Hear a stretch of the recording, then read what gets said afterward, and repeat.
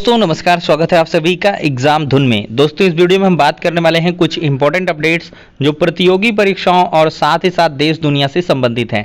तो दोस्तों देखा जाए तो देश में कोरोना की चौथी लहर की जो आशंका है वो धीरे धीरे बढ़ रही है, क्योंकि कोरोना का नया वेरिएंट पांव पसार रहा है। तो आज की अभी कुछ देर पहले की ही अपडेट आपको दिखाते हैं। दोस्तों एक घंटे पहले की न्यूज़ है। दैनिक जागरण की तरफ से बताया गया कि देश में कोरोना संक्रमण के बढ़ रहे मामलों के बीच चौथी लहर की आशंका बढ़ गई है। अगर देखा जाए तो देश में कोरोना की चौथी लहर की आशंका के बीच वाराणसी में भी बढ़ने लगे मामले। तो धीरे धीरे उत्तर प्रदेश में भी मामले जो हैं वो लगातार आने लगे हैं। तो इससे सभी लोग बचाव करके रहें, कोविड के नियमों का पालन करें। सबसे बड़ी बात है सामाजिक दूरी बनाकर रखें, मास्क और सैनिटाइजर का प्रयोग यथासंभव तरीके से करते रहें, क्योंकि स्वास्थ्य है तो सब कुछ है। अब दोस्तों बात करने वाले हैं बीएड बनाम बीटीसी मामला। दोस्तों सुप्रीम कोर्ट में जो सुनवाई है वो कल की डेट में होने वाली है। कल डेट है 28 अप्रैल और 28 अप्रैल को ये मामला सुप्रीम कोर्ट में सुना जाएगा। काफ़ी ज़्यादा हियरिंग हो चुकी हैं। अब इसमें जो निर्णायक बहस है वही होना शेष है और ये निर्णायक बहसें संपूर्ण देश में बीएड की जो स्थिति है प्राथमिक शिक्षक भर्ती के अंदर उसको स्पष्ट कर देंगी। और इसी के साथ ही दोस्तों 51,112 भर्ती में बीएड छात्र एलिजिबल रहेंगे या नहीं, इसका भी जो क्लियरेंस है वो सुप्रीम कोर्ट से ही हो जाएगा, क्योंकि यहाँ पर यूपी टेट 2021 मामले में पहले से ही बीएड के छात्रों का जो रिजल्ट है वो कोर्ट के अधीन कर दिया गया है।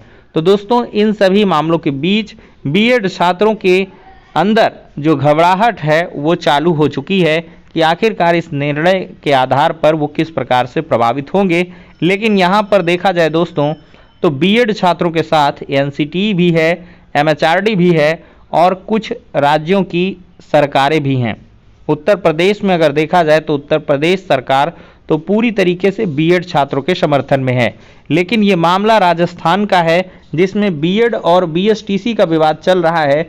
लेकिन ये बीएड बनाम बीएसटीसी का जो मामला है ये पूरे देश को प्रभावित करेगा, क्योंकि सुप्रीम कोर्ट इसमें जो भी वर्डिक्ट में डिसीजन देगा उससे सभी चीज़ें क्लियर हो जाएंगी।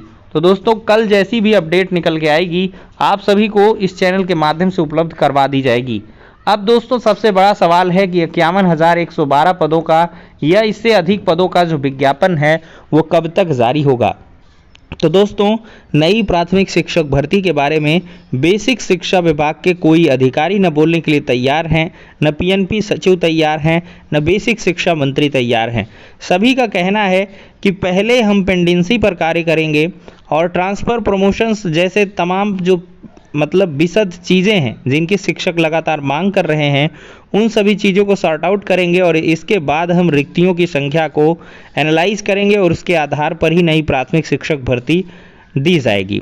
तो दोस्तों अभी कुछ दिनों का वक्त है, इन पर आपको या तो बेहतर तैयारी करनी है, अन्यथा अगर आपके पास विकल्प मौजूद हैं तो विकल्पों पर कार्य करने हैं।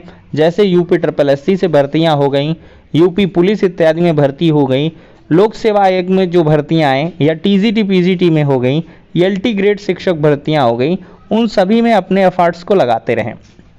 सबसे बेहतर होगा कि आप लोग एलटी ग्रेड शिक्षक भर्ती और टीजीटी पीजीटी की प्रिपरेशन लगातार करते रहें जो बीएड के छात्र हैं, और बीएसटीसी या जो बीटीसी वाले छात्र हैं, डीएलएड के छात्र हैं, वो यूपी SSSC के अंतर्गत आने वाली भर्तियों पर नज़र गड़ाएं और उन पर ही प्रिपरेशन करें अभी कुछ दिनों तक।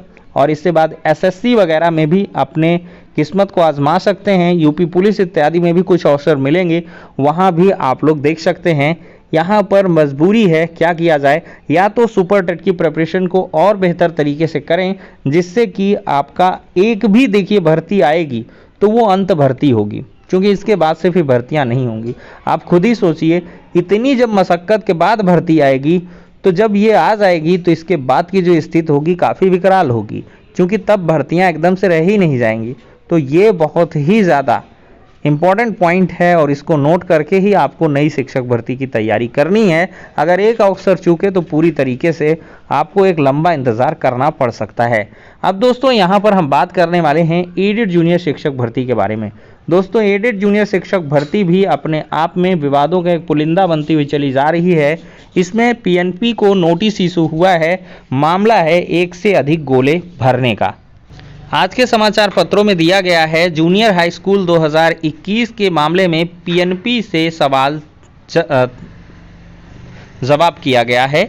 2 हफ्ते के अंदर जवाब दाखिल करने के लिए कहा गया है और इस मामले की जो सुनवाई है 11 मई तय की गई है और अभ्यर्थियों ने विषय कोड से संबंधित 2 कॉलम में एक ऑप्शन की जगह 2 कॉलम को भर दिया था।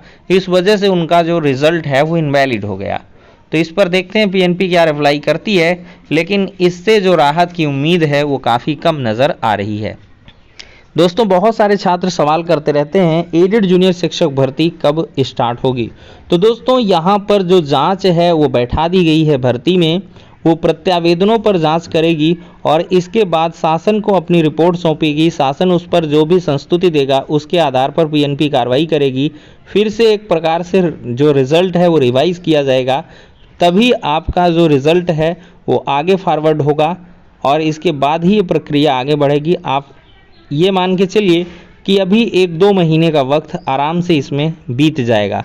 मई और जून ऐसे ही जाएगा, जुलाई में ही कुछ संभावनाएं बन रही हैं। तो ये हो जाती है एडेड जूनियर पर अपडेट।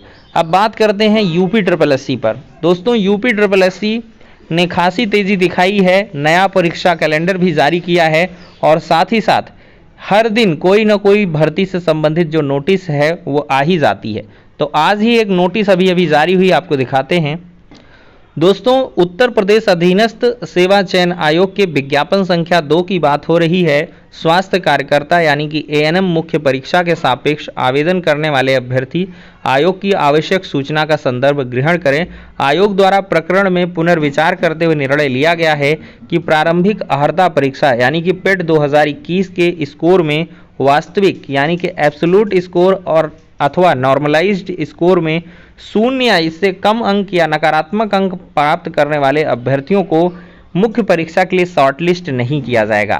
पहले इनको शॉर्टलिस्ट किए जाने पर बात थी, लेकिन अब एएनएम में सिर्फ वही शॉर्टलिस्ट होंगे जो 0 से अधिक अंक पाए हैं। 0 से अधिक, ध्यान दीजिएगा, क्योंकि इसमें साफ साफ दिया है 0 या उससे कम या नकारात्मक अंक, या तो 0 पाया हो या उससे कम पाया हो या नकारात्मक अंक हो तो वो सबको बाहर कर देंगे।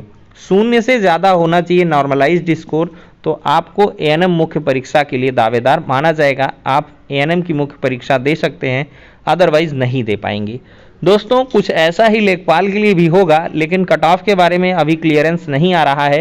हालांकि जो परीक्षा तिथि है वो तय की गई है, तो आप लोग प्रिपरेशन करते रहें और इसी हफ्ते आपकी बहुत ज़्यादा उम्मीदें हैं कि इसकी तरफ से एक नोटिस आ जाएगा कि कौन कौन यहाँ पर शॉर्टलिस्ट होंगे। तो फिलहाल के लिए दोस्तों इस वीडियो में इतना ही। वीडियो अगर आपने यहाँ पर अब तक देखा है तो आपको तहे दिल से शुक्रिया। नेक्स्ट वीडियो में मिलते हैं।